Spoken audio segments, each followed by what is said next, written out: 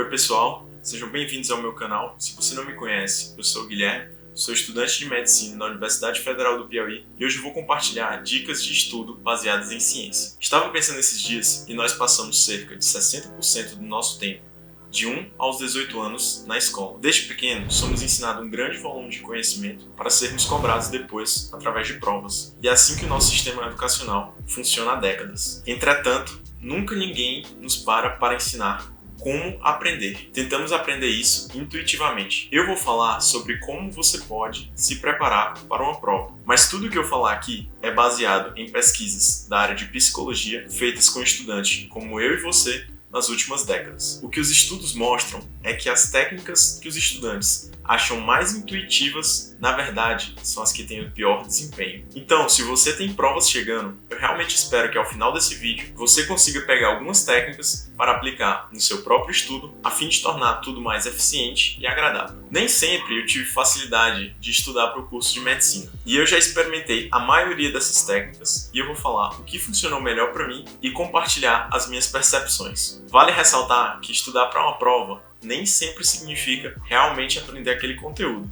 mas isso é papo para um próximo vídeo. Primeiro, eu vou falar sobre técnicas que são muito populares para revisão, mas que são mostradas pela literatura como as menos eficazes. Essas técnicas são ler e reler, fazer marcações ou anotar resumindo um conteúdo. Essas são de longe as técnicas mais populares entre estudantes, mas também são as menos eficientes se você olhar para as evidências por trás delas. Depois eu vou introduzir o conceito de Active Recall, que é de longe a técnica mais poderosa de estudo e que envolve você se testar recuperando informações do seu cérebro. Porque o simples fato de recuperar e relembrar informações, na verdade, fortalece as conexões do seu cérebro e tem uma grande quantidade de evidência por trás disso. No final, eu vou falar sobre como você pode aplicar esse conceito de Active Recall no seu estudo e algumas dicas específicas para a sua própria rotina de estudo. Assim, ao final do vídeo, você terá algumas técnicas que você pode aplicar na sua rotina, caso você goste. Vou começar falando sobre algumas técnicas que são muito populares para os estudantes, mas que não são tão eficazes. Vamos falar sobre a releitura, que é basicamente você ficar lendo e relendo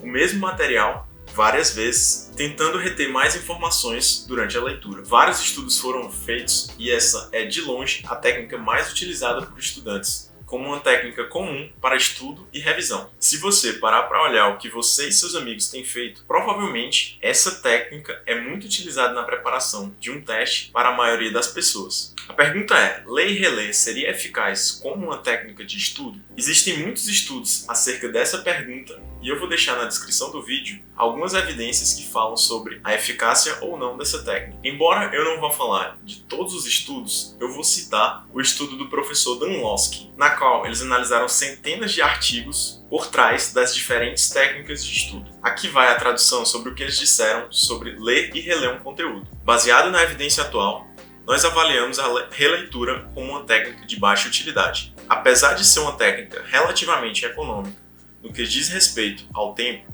quando comparada com outras técnicas de aprendizado, a releitura é tipicamente muito menos eficaz. A grande desvantagem da releitura, quando comparada a outras técnicas, é o principal fator para avaliarmos essa técnica como de baixa utilidade. Então, esse professor de psicologia, na qual ele e seus colegas olharam centenas de artigos que pesquisam sobre métodos de revisão comprovados pela ciência. Ele disse que existe até alguma evidência limitada que essa técnica funcione para retermos conteúdo, mas comparando com as outras técnicas disponíveis, na verdade, ler e reler é uma perca de tempo. Outros estudos ainda mostram que métodos passivos de leitura repetitiva produzem pouco ou nenhum benefício no aprendizado, e mesmo assim é o método número 1 utilizado por estudantes com uma grande margem. E isso só nos mostra o quanto não somos ensinados a estudar corretamente. Então, segundo as evidências científicas, ficar lendo e relendo um conteúdo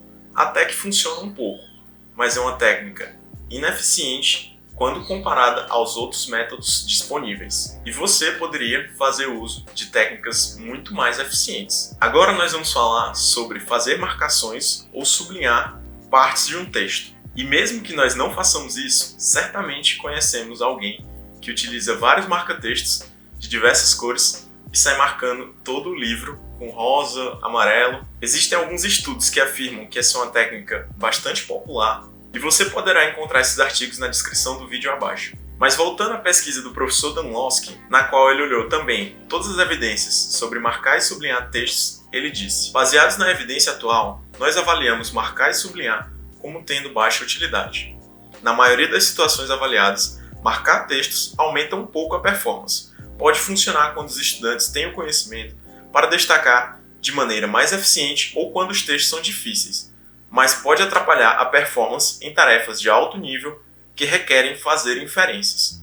Fazer inferência é o mesmo que fazer deduções ou tirar conclusões. Nós sabemos que a maioria das matérias exigem que tiremos conclusões ou fazermos deduções. Então, segundo as pesquisas, marcar textos provavelmente não é uma boa técnica. E ele ainda continua: pesquisas futuras devem ser feitas ensinando os estudantes a marcar de maneira efetiva, já que os alunos tendem a continuar utilizando essa técnica, mesmo ela sendo relativamente ineficaz. O pesquisador quis dizer que, ainda que essa técnica não seja uma boa técnica, os estudantes vão continuar utilizando, porque ela é meio que um porto seguro dos estudantes. Eu já experimentei essa técnica e eu tenho certeza que você também. Você consegue se sentir produtivo com ela, vai marcando o texto com uma palavra de cada cor, uma frase de cada cor, mas a evidência mostra que ela não é muito boa, porque a gente não consegue reter aquilo que a gente está marcando. Finalmente, vamos falar sobre fazer resumos ou fazer anotações. Mais uma vez, essa é uma técnica super popular e eu continuo utilizando ela até hoje, mas de uma forma bem diferente do que eu costumava fazer, porque a evidência sobre esse método é um pouco incerta. Existem alguns estudos que dizem que alunos que fazem resumo se saem levemente melhor em alguns exames, mas como você pode imaginar, é muito difícil comparar, porque a qualidade dos resumos e das anotações variam muito de aluno para aluno, e isso torna difícil de manter um padrão para se avaliar cientificamente se essa técnica é boa ou não. Mais uma vez, no estudo do professor Danlosky, eles olharam todas as evidências sobre ler e fazer anotações e foi isso que eles disseram. Baseados nas evidências disponíveis, nós avaliamos resumir com baixa utilidade. Pode ser utilizada como uma estratégia de aprendizado eficaz por pessoas que já são habilidosas em resumir. No entanto, a maioria dos estudantes, incluindo crianças e estudantes do ensino médio e até alguns universitários, vão precisar de um treino extensivo, o que torna essa estratégia menos praticável. O que ele quis dizer é que você pode até saber fazer anotações ou fazer resumos bem, mesmo que isso não seja ensinado na escola. Se você já sabe, então nesse caso, ok. Sumarizar o conteúdo possivelmente vai te ajudar, mas mesmo que esse seja o caso, essa ainda é uma estratégia mediana quando comparada com outras estratégias bastante superiores. Eu penso que a conclusão que a gente pode tirar de uma maneira geral é que estamos meio que perdendo tempo fazendo anotações ou resumo enquanto assistimos a uma aula ou lemos algum material. Não estou dizendo que se você gosta de fazer resumos com uma letra bonita, colocar imagens coloridas, tirar uma foto e mandar para os seus amigos, você deva parar de fazer isso. Mas eu acho que você não deve fazer resumos imaginando que essa é uma boa técnica para reter o conteúdo. E agora, lembrando da minha época de escola, eu lembro de vários colegas que faziam resumos e anotavam absolutamente tudo.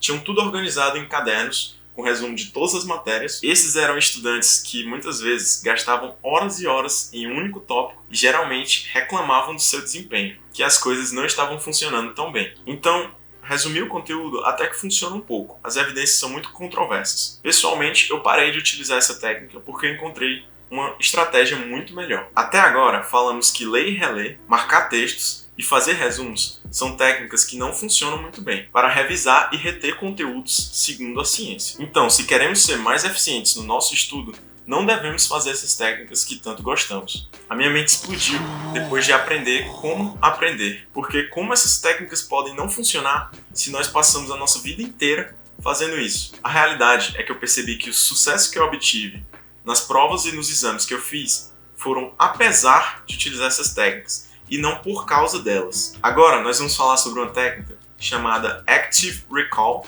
ou practice test. Essas duas palavras são utilizadas para descrever a técnica, que é de longe a técnica mais importante para tornar o seu estudo mais eficiente. Traduzindo para o português, seria chamada de recordação ativa, porque basicamente a técnica consiste em utilizar seu cérebro para recuperar fatos ou informações, porque o simples ato de ficar tentando lembrar ou recuperar alguma informação do seu cérebro faz com que as conexões neuronais formadas sejam muito mais fortes e você se lembre daquilo por mais tempo. Isso era uma coisa um pouco contraintuitiva para mim, porque eu sempre imaginei que aprender era um processo que você colocava cada vez mais informações no seu cérebro e o único propósito de colocar aquelas informações para fora seria em algum teste. E na verdade, isso não poderia estar mais longe da verdade. E centenas de anos de pesquisa nos mostraram que nós aprendemos melhor tentando recuperar informações lá de dentro do que tentando colocar cada vez mais coisa lá. Mais uma vez, vamos voltar ao artigo do professor Danlowski. E ele diz: de acordo com a evidência descrita na pesquisa, nós avaliamos o teste prático como tendo altíssima utilidade. As pesquisas mostram os benefícios em um enorme número de testes, em todos os tipos de materiais, em estudantes de qualquer idade, medidas de resultado e intervalos de retenção. Testes práticos não gastam muito tempo comparado a outras técnicas e podem ser implementados com o mínimo de treino.